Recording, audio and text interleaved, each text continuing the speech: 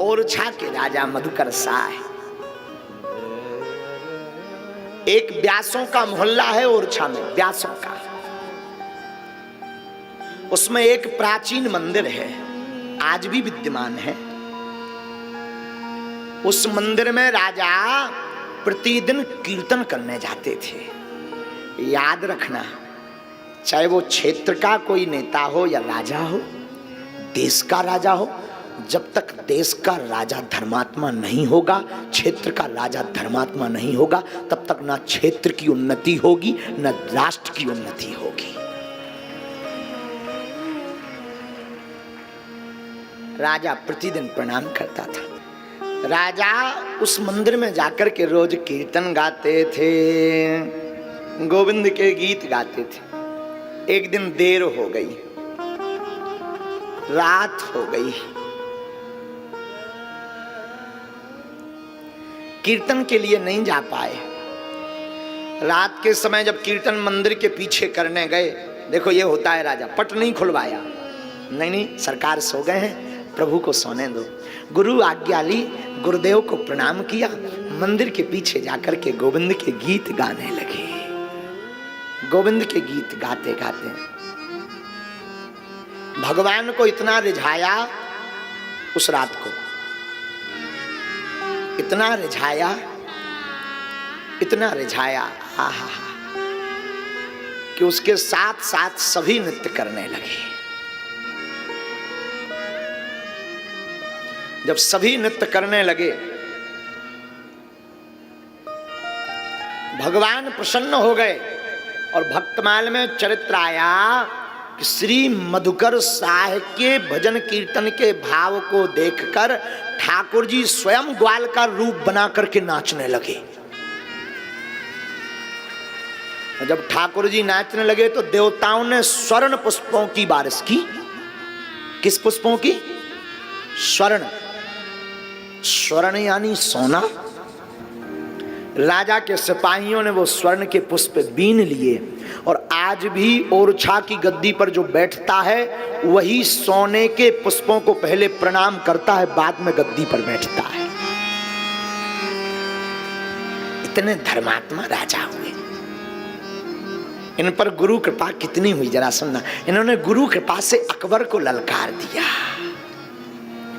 इन्होंने गुरु कृपा से पूरे देश के राजाओं को ललकार दिया। एक दिन राजा मधुकर साह मंदिर में प्रणाम करने गए। गांव के कुछ दुष्ट लोगों ने सोचा कि राजा कितने भेषनिष्ठ हैं, जरा परीक्षा ली जाए। दुष्ट लोगों ने एक गधा, गधा जानते हैं, गधे के गले में माला पहना दी, तिलक लगा दिया।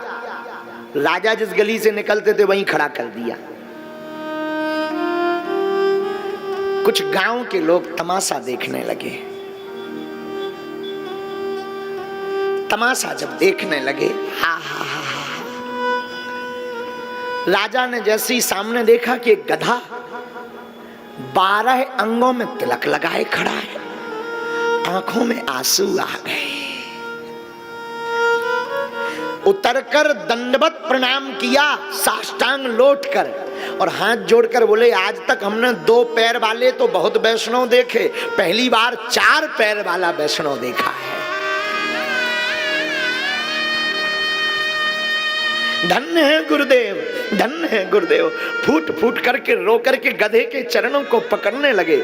जिन्होंने ये कुकृत्य किया था वो नतमस्तक होकर के राजा की शरण में आ गए और सब भगवान के भगवत भक्त बन गए। और हमने सुना उसी गधे के रूप में राम राजा सरकार प्रकट हो गए।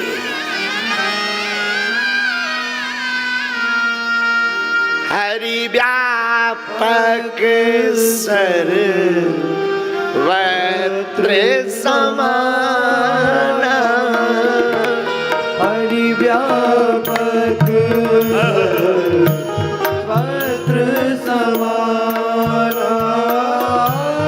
प्रेम प्रगट होई में जाना, प्रेम प्रगट होई में जाना,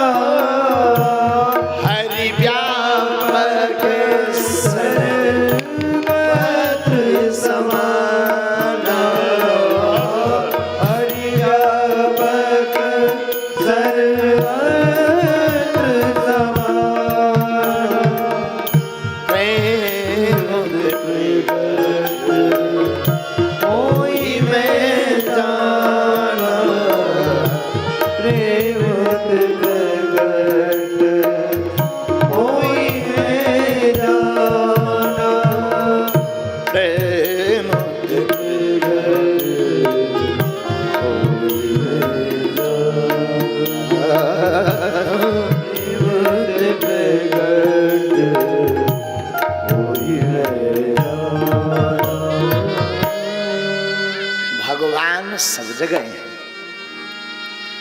वो तो प्रेम से प्रकट होते हैं। जिसकी निष्ठा गुरु चरणों में, संत चरणों में होती है, उसे गधा में भी परमात्मा के दर्शन होते हैं। आज भी भगवान प्रत्यक्ष है। अब जिले का तो नाम हमें याद नहीं है, पता नहीं ये दूधदेही माता है कहीं, कौन सा जिला है? दूधदेही माता कौन से जिले में है?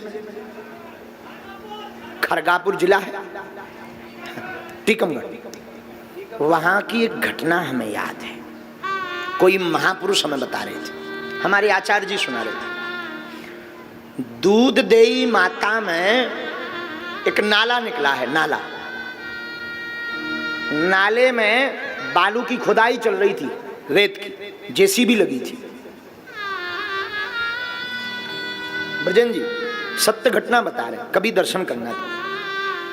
बालू की खुदाई जब जेसीबी से चल रही थी तो दूधदेही माता के नीचे जो खदान थी, और जैसे ही जेसीबी बहुत नीचे तक गई तो बिकट फंस गया जेसीबी का। वो बिकट बोलते, उसका जो सुपा होता है वो फंस गया।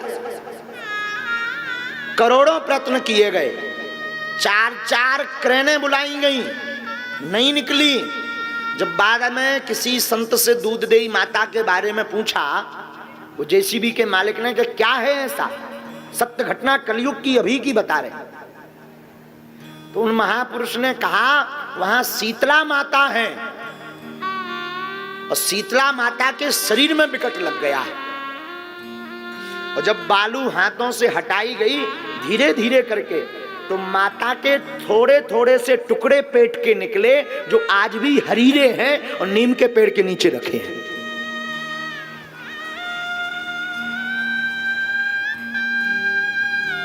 जब प्रणाम किया गया, मान्यता की गई, तब भगवती ने फिर जेसीबी खोली। ये कलयुग का चमत्कार है। लेकिन वो संत भी कोई गुरु हैं। जो कथा हम तुम्हें समझाना चाहते, गुरु बिन होए न ज्ञान। जब तक गुरु ज्ञान नहीं देगा तब तक तुम्हें भगवान का आभास होगा ही नहीं।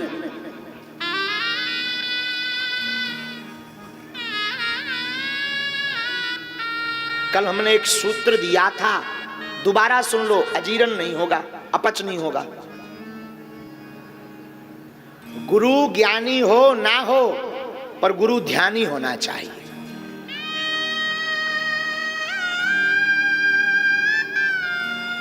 गुरु से शिष्य को ज्ञान को पाने के लिए नहीं जाना चाहिए, गुरु के पास शिष्य को भगवान को पाने के लिए जाना चाहिए।